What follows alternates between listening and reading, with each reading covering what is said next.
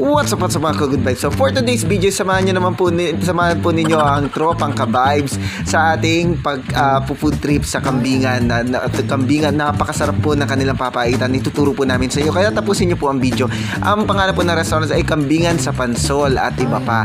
24 hours pong bukas yan. Tuturo po namin mamaya sa inyo ang exact location yan. At kaya tapusin po ninyo ang video. Kaya napakasarap po ng ating at napakaganda po ng ating trip ngayong araw na ito.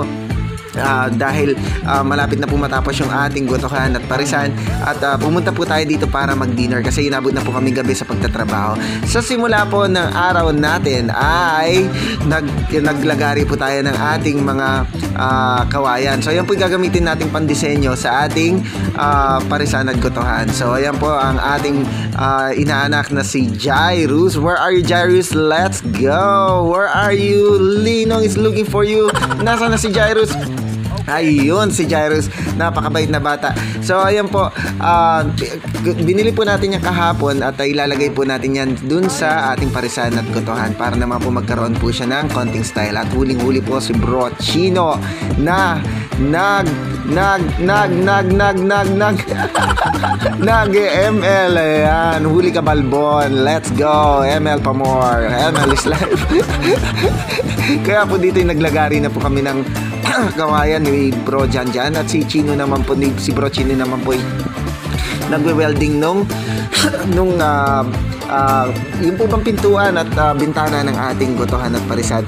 So dito po medyo marami-rami po tayong nilalagari at 3 bugkos po ng bulo kung tawagin po natin. Yan po yung maganda po sa mga restaurant, maganda po sa mga kainan, sa mga gotohan, parisan. Kahit sa bahay po maganda pong i-assemble yung bulo at napakamura po niyan. 10 piraso is 250. So 25 pesos each, mahaba-haba na po yun. Kung di pa ako nagkakamali, nasa 15 feet, ganyan po. Excuse me po, 15 to 20 feet po. At sulit na sulit po, napakamura po ng bulo. Ayan po si Bro Janjan, talaga namang hard working at naglalagari ng bulo. At talaga sinusukat po niya at sinisipat kung tama po ba yung laki ng bulo na kanyang inahati. Kasi po dapat po yan is uniform, kaya kailangan po yung para maganda pong tingnan. At ayan naman po ang ating Kuya Mark at enjoy sa paglalagari. enjoy sa pagtatrabaho. Let's go, what's up? At nilalagay po natin yan sa gilid ng mga wall po natin. So para meron po siyang dating. Excuse me po, medyo po naulanan. Medyo po inuubo po ang Kuya Mark ninyo. At ayan po, lahat po ay sinusukat po namin para uniform po sila at maganda tingnan. At syempre si Kuya Chino na naman po nag-welding at nag-grind kasi nga po hindi po namin siya mapalitan kasi hindi naman po kami marunong mag-welding at mag-grind.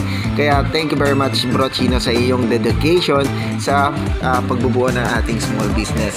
Kaya po pagkatapos po namin mag-assemble ay sinakay na po namin lahat ng mga materyales na gagamitin. Na maliit lang po yung parisan at gotohan po natin, pero syempre dahil 3 lang po kami nagtatrabaho ay medyo matagal po siyang i-assemble. So ayan na po yung ating maliit na parisan at shout out sa mga estudyante po ng San Luis na naghihintay na kanilang service sa ilalim ng Acacia. So location po yan, malapit na po tayo magbukas.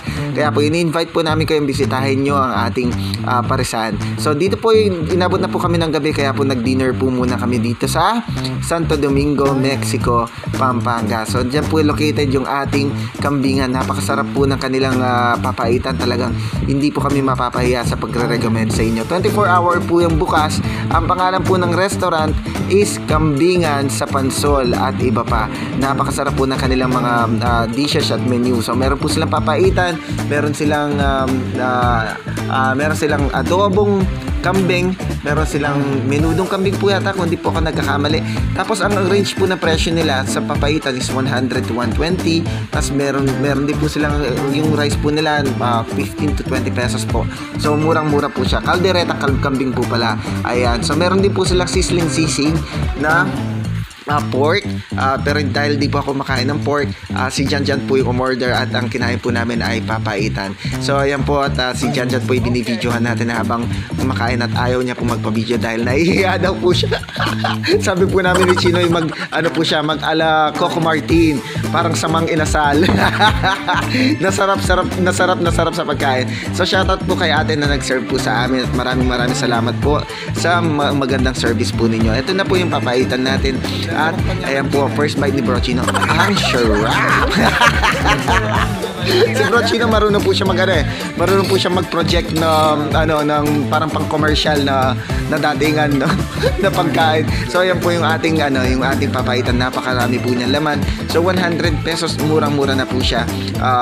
Napakasarap. Ito po, first bite ni Kuya Mark. Oh, let's go. Ang sarap. Satisfied. Craving satisfied.